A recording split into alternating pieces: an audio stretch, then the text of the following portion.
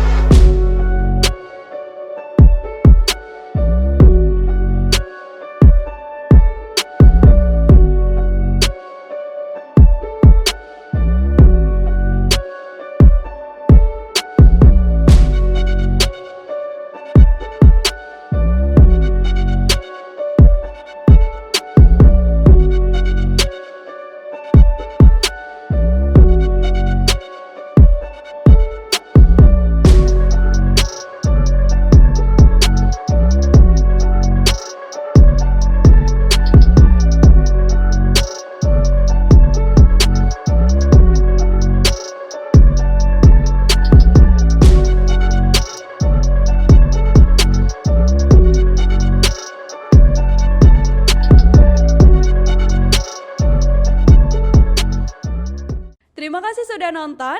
Jangan lupa like, subscribe, dan share ya.